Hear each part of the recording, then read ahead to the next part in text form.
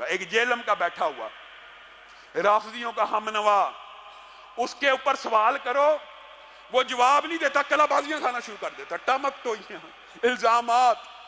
اس کے ذمے 50 سے زائد سوال ہیں، جن میں سے آپ کے سامنے پہلے بھی رکھ چکا ہوں۔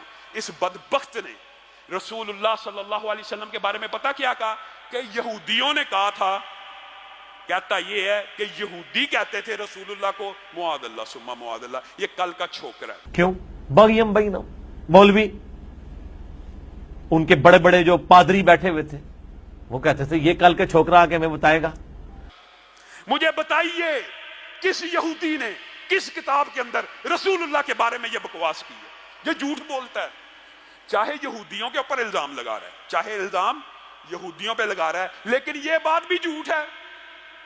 حضرت علی نے کہا کہ جس وقت مجھے خلیفہ بنانا تھا اس وقت بنایا نہیں، اب عثمان کی شہادت کے بعد سارا ملبہ میرے گاٹا فٹ کرنا چاہتے ہو۔ عجیب و غریب الفاظ۔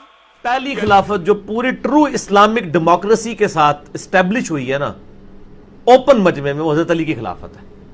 حضرت علی نے کہا کہ دیکھو ہوں سب کچھ بگاڑ کے میرے گاٹے فٹ کرنے لگے ہو لوگ۔ یہ علی حضرت علی نے کس ٹائم کہا ہے، کس وقت کہا ہے؟ جھوٹ بولتا ہے، جھوٹ پہ جھوٹ بولی جاتا ہے۔ اور پھر وہ جو پورا کلپ بنوایا، میں کوڈ ورڈز میں بتاتا ہوں، میں برکت کے لیے بتاتا ہوں۔ اور جب انسان کے دل میں بغض نہ ہو تو انسان اس طرح کی بات کرتا ہے کہ محدثین نے کون سی خدمت کی ہے جی، نام نہیں بتائے۔ میں ان اماموں سے پوچھتا ہوں یہ آپ نے دین کی کون سی خدمت کی ہے، یہ روایت لکھ کے۔ میں نام بتاتا ہوں، آخر میں جا کے تو 100 تردیدیں کر لے، جو تیرا مقصد تھا تو نے پورا کر لیا۔ اس نے یہ تک جھوٹ بولا ہے کہ نرے حافظ کی یعنی چھڑا حافظ لفظ بولا کہ حالی جو بچوں کو ہم حفظ کرواتے ہیں نا اس کی کوئی اسلام میں فضیلت نہیں، معاذ اللہ۔ اور اگر یہ سمجھتا ہے میں جھوٹ بول رہا ہوں تو ان کو کہیں کہ حافظ قرآن کی کوئی ایک فضیلت مجھے قرآن و حدیث سے بتائیں جو چھڑے حافظ کی فضیلت ہو، جس کو قرآن کا حلال اور حرام ہونا نہ پتا ہو۔ جتنی حافظ قرآن کے فضائل ہیں وہ تو اس کے حلال کو حلال اور حرام کو حرام جاننے والی۔ ابو داؤد میں حدیث ہے، مسند احمد کے اندر حدیثیں ہیں، المستدرک الحاکم میں کئی حدیثیں موجود ہیں۔ یہ جھوٹ کے اوپر جھوٹ بولی جاتا ہے، ان جھوٹوں کا جواب نہیں دے گا اور اپنی طرف سے اور پھر لعنت کہتا ہے کہ جھوٹوں پہ لعنت ہے، تو لعنت پڑ جاتی ہے۔ اللہ کے عذاب کا کوڑا اس کے اوپر چلنے لگا ہے، حتیٰ کہ یہاں تک کہہ دیا کہ قادیانی جو ہیں وہ یہودیوں اور عیسائیوں سے بہتر ہیں، معاذ اللہ۔ کہ آپ کے ساتھ جو قادیانی ہے، جو نبی علیہ السلام کو آخری نبی مانتے ہیں لیکن ساتھ امتی نبی کلیم کرتے ہیں، کیا یہ یہود و نصارہ سے بدتر ہے؟ یہود و نصارہ تو آپ کے نبی علیہ السلام کو، میرے نبی علیہ السلام کو سرے سے پیغمبر نہیں مانتے بلکہ تو نعوذ باللہ جھوٹا کہتے ہیں۔ یہ نبی علیہ السلام کو مان رہے ہیں، ان کو آپ ان سے بدتر تو نہ کہنا۔ آپ ریشو پروپورشن پہ ڈیوائن کریں نا۔ جس طرح میں دیوبند بریلوی کے دفاع کے لیے کھڑا ہوں گا نا، میں ہر اس شخص کے دفاع کے لیے کھڑا ہوں گا جس کو آپ ضرورت سے زیادہ فتویٰ اس کے اوپر لگا دیں گے، آپ کو اس کیٹیگری میں نہیں لے کے آ سکتے۔